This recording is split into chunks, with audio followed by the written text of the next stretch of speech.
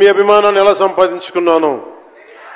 పాలిటిక్స్లోకి వచ్చాక నేను స్నేహంతో పాటు ఒక మంచి స్నేహితుణ్ణి, అలాగే ఒక మంచి ఒక మిత్రుణ్ణి సంపాదించుకున్నాను. అది శ్రీ ఈశ్వర్ ఖండ్రే గారు.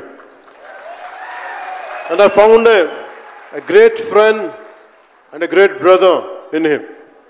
I am truly grateful to you, sir, from coming all the way from Karnataka, for making your time in your busy schedule, and I'm eternally grateful to you for making your presence felt here. Your blessings and your kind words and your good words are truly inspiring, and we will truly cherish this moment with you, sir. We are grateful to you. అలాగే కందుల దుర్గేష్ గారు, గౌరవ పర్యాటక సాంస్కృతిక శాఖ మరి cinematograph శాఖ మార్చులు, ఆంధ్రప్రదేశ్ ప్రభుత్వం. అలాగే ప్రత్యేకించి రఘురామకృష్ణరాజు గారు, మీకు తెలుసు కదా, ఆయన గురించి చెప్పక్కర్లేదు కదా. గౌరవ ఆంధ్రప్రదేశ్ శాసనసభ ఉపసభాపతి. ఆయన మాటని శాసనసభలో చూడాలి, చాలా ఆనందంగా ఉంటుంది ఆయనతోటి. వారికి కూడా నా ప్రత్యేకంగా ధన్యవాదాలు.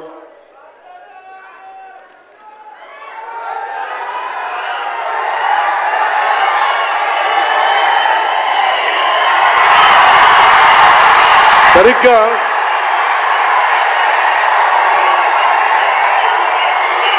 ఒక 2 సంవత్సరాల క్రితం భీమ్లా నాయక్ రిలీజ్ అయినప్పుడు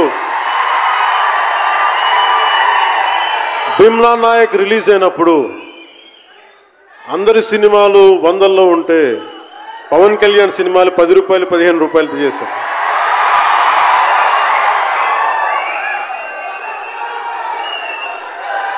నేను ఒకటే చెప్పాను ఆ రోజున, మనల్ని ఎవడు రాపేది.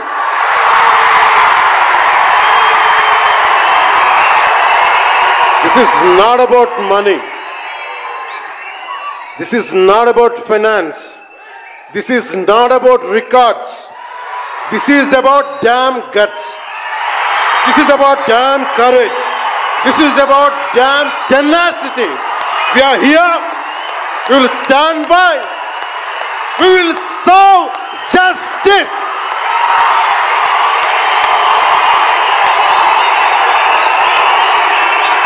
పవన్ కళ్యాణ్ ఎప్పుడు రికార్డుల కోసం ప్రయత్నం చేయాల. Reluctant actor. మా బ్రహ్మానందం గారు చెప్పినట్టుగా నేనేం కోరుకోలే, నేను ఒక యాక్టర్ అవ్వాలని కోరుకోలే. సగటు మనిషిగా బతుకుదామన్న ఒక్క ఆలోచన తప్ప నాలో ఏం లేదు. అలాంటిది నేను పొద్దున